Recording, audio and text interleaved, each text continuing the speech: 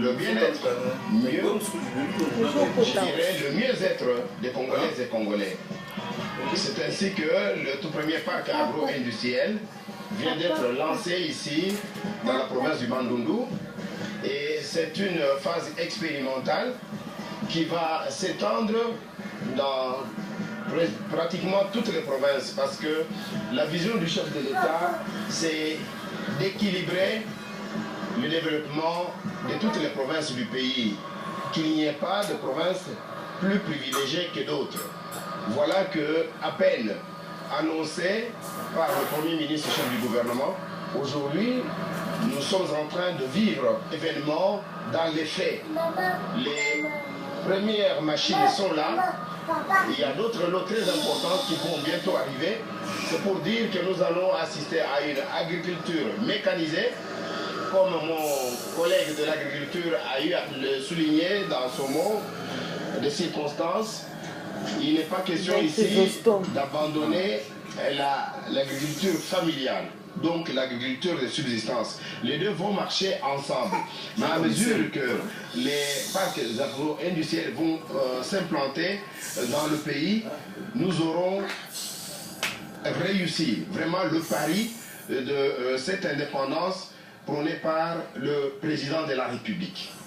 Excellence, Monsieur le Ministre, tout à l'heure, nous avons suivi le chef du projet, bien qu'il ait parlé en anglais. Il a annoncé que le parc agro-industriel de Bukangalonzo va produire 11 000 tonnes de maïs. Mais là, on l'a entendu nulle part envisager la possibilité des minoteries pour la transformation locale de ce maïs. Est-ce que dans votre ministère, au nom de la transversalité de ce projet, pensez-vous faire quelque chose dans ce sens? Mais vous savez, la transformation suivra d'elle-même, automatiquement. Vous savez, dernièrement, nous avons été visités dans la délégation conduite par son Excellence, Monsieur le Premier ministre, le nouveau DAIPEN que pilote la LRU Group. Cette question avait été posée parce que nous avons remarqué une production avicole de haute facture. Alors la question a été posée de savoir qu'est-ce qui va suivre après la production. Et c'est la transformation, le problème de boucherie a été directement soulevé. Il en sera de même ici. Le chef du projet, bien évidemment, a parlé de la production du maïs. Mais vous savez, dans la politique et stratégie industrielle, où le ministère de l'Industrie est en train de mettre tout en œuvre pour la création des chaînes de valeur industrielles, notamment dans le domaine de l'agriculture. Il est prévu 4 filières très importantes. La première, c'est l'agro-industrie avec à l'affiche l'agroalimentaire avec comme produit cible le manioc, l'huile de palme, le maïs. Il n'est pas dit que c'est seulement le maïs qui sera planté ici. On devra penser aussi au manioc parce que, il faut le reconnaître, c'est l'élément le plus consommé par le gros de la population congolaise. Il est certain que le problème connexe vont devoir se poser, c'est la transformation, et là, les minoteries vont intervenir, le transport. Vous avez entendu le ministre de l'Agriculture vanter l'infrastructure routière de qualité qui relie la province du Bandundu à la ville-province de Kinshasa. Et cette infrastructure ne sera pas seulement réservée à la province de Bandundu, le Bas-Congo aussi, dans d'autres provinces. Vous savez que le programme gouvernemental prévoit un programme ambitieux pour la construction des routes à travers tous les pays. Bon, après, le problème d'évacuation résolu, mais il y aura la commercialisation. Donc, c'est tout un tas d'aspects qui se compénètrent. Donc, vous avez la production, vous avez la transformation, vous avez le transport, vous avez la commercialisation, vous avez la consommation, et tout ça avec en toile de fond l'amélioration du bien-être de la population congolaise. Ainsi, la vision du chef de l'État, c'est une planche de salut. Et aujourd'hui, il n'y a plus de doute. Les faits sont là et même les esprits les plus incrédules sont appelés à y croire et à accompagner les efforts que le chef de l'État, à travers le gouvernement, déploie pour que les Congolais vivent comme Dieu l'a voulu en les créant à son image. Une autre question, monsieur le ministre, c'est cette coexistence de l'agriculture familiale et l'agriculture industrielle dont votre collègue de l'agriculture a parlé. Est-ce que vous envisagez, en tant que ministre ayant en charge les petites et moyennes entreprises, la possibilité aussi, avec votre collègue, de donner des crédits agricoles à ceux qui aimeraient se constituer en coopérative, même en cantine populaire, comme à l'époque de musée? Je vous ai répondu à cette question, j'ai répondu lorsque nous avions fait une émission à Ibi Village. Je vous ai démontré le travail que le ministère de l'Industrie petite et moyenne entreprise, au travers de tous ces financements que le Fonds de promotion de l'industrie est en train d'accorder à nos compatriotes et même à ceux qui ont choisi notre pays comme étant leur seconde patrie pour encourager, pour soutenir leurs activités dans les domaines divers. Nous avons les industries de panification qui ont été soutenues, nous avons les industries de construction qui sont soutenues, nous avons l'agriculture principalement, nous avons tout ce qu'il faut pour que le pays puisse fonder sa grande industrie sur d'abord les micros, les petites et les moyennes entreprises. Vous savez, les Congolais sont capables aujourd'hui de réussir la grande industrie par la mise sur pied de PME, des micros, des moyens et des petites industries. Il ne suffit pas seulement d'être à la fonction publique pour bien vivre. Je donne un exemple. Nous avons à quelques... derrière nous là, regardez derrière nous, il y a un grand champ de manioc. Moi je vous dis que c'est une micro-entreprise parce que le propriétaire de ce champ a à son service plus ou moins une vingtaine d'agents. Et ces agents sont payés régulièrement.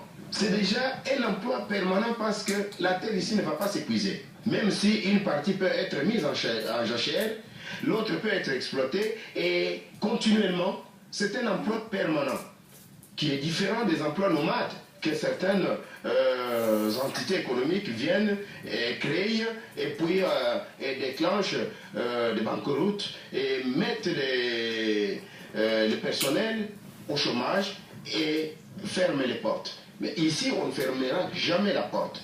C'est pour cela que nous devons privilégier l'agriculture et fonder sur l'agriculture la conception des micros, des petites et des moyennes entreprises.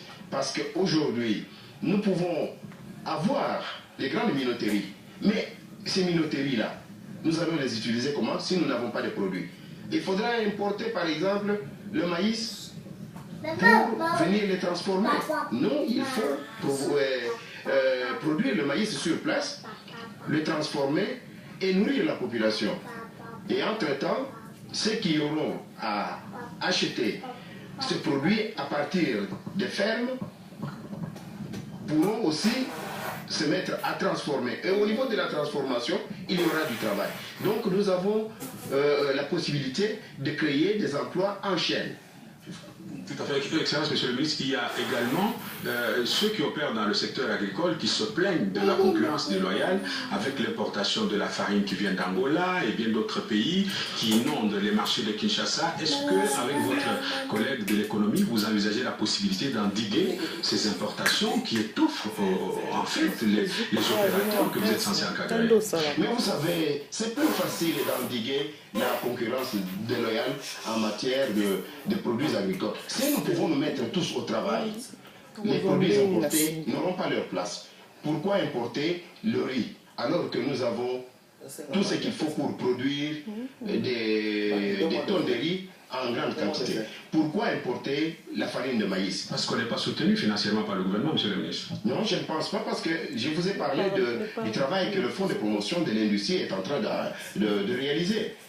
Il y a beaucoup de nos compatriotes qui sont bénéficiaires soit de crédits, soit de subventions, mais certains malheureusement destinent cet apport combien louable de la part de cette banque industrielle, ils destinent ces fonds à autre chose. C'est ça un peu qui nous fait dire que le travail que, par exemple, notre collègue de médias est en train de faire dans le cadre du civisme populaire est un travail qui doit être soutenu, qui doit produire normalement des effets en ce que la mentalité doit pouvoir changer. Lorsque vous recevez un crédit pour une activité, mais il faut destiner ce crédit à cette activité-là. Il y en a qui ont eu l'argent du Fonds de promotion de l'industrie, mais qui ont fait autre chose avec cet argent-là. Et aujourd'hui, ils sont incapables de restituer les crédits dont ils ont bénéficié dans les délais. Et le Fonds de promotion de l'industrie est obligé maintenant de recourir à la justice pour recouvrer par voie forcée ce à quoi il a droit.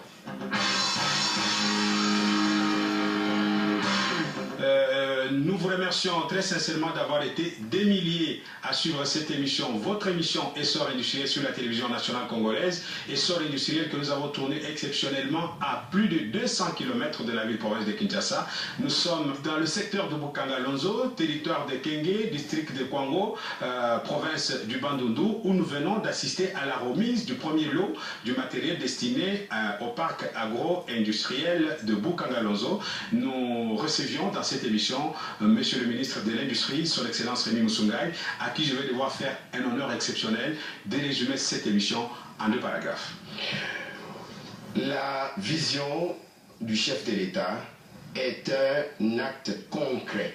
En lieu et place des discours, ce sont des réalités vivantes que nous sommes en train de vivre. Le chef de l'État a, entre autres priorités, l'agriculture.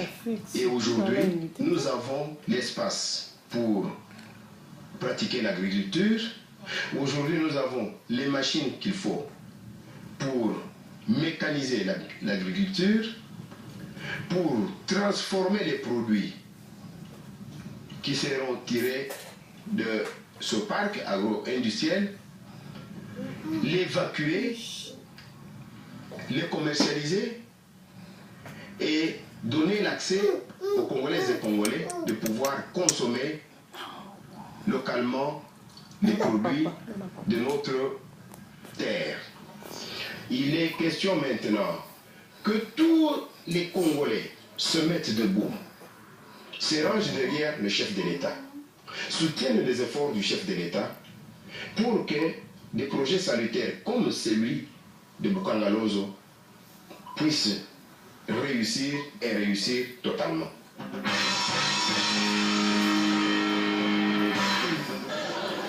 C'est dans cette salle de l'Institut Lumfu 1, située dans la commune d'Indili, en présence de la secrétaire générale à l'industrie, de la ministre provinciale de l'Éducation, le bourgmestre d'Indili, les autorités scolaires et une brochette d'élèves ici triés sur le volet, que cet excavateur a été officiellement présenté. Inventé par ce jeune compatriote, orphelin de père et de mère, à peine 16 ans, Francis Kalonji, qui n'avait jusque-là arrêté ses études qu'au niveau de la 3e année des humanités, faute de prise en charge scolaire. Cet engin, destiné aux travaux d'infrastructure, en dépit de sa taille actuelle, fonctionne à base d'eau et des piles et marque, selon le ministre des tutelles Rémi Moussoungaï, une invention majeure dans le secteur industriel congolais. Ce n'est pas son nom, ce n'est pas son origine. Ce qui nous a attirés, c'est son intelligence. Et cette intelligence doit être partagée. Au nom du chef de l'État, qui rêve d'un Congo émergent, et du Premier ministre qui exécute cette vision, le ministre de l'Industrie, Petites et Moyennes Entreprises a donné sur place au préfet de l'Institut où le jeune savant devra rationaliser son savoir-faire en 4e année mécanique, la totalité des frais scolaires allogés dans un compte bancaire géré par l'école. Au-delà de remerciements de la famille et des autorités scolaires des écoles conventionnées protestantes, la ministre provinciale de l'Éducation Thérèse Olenga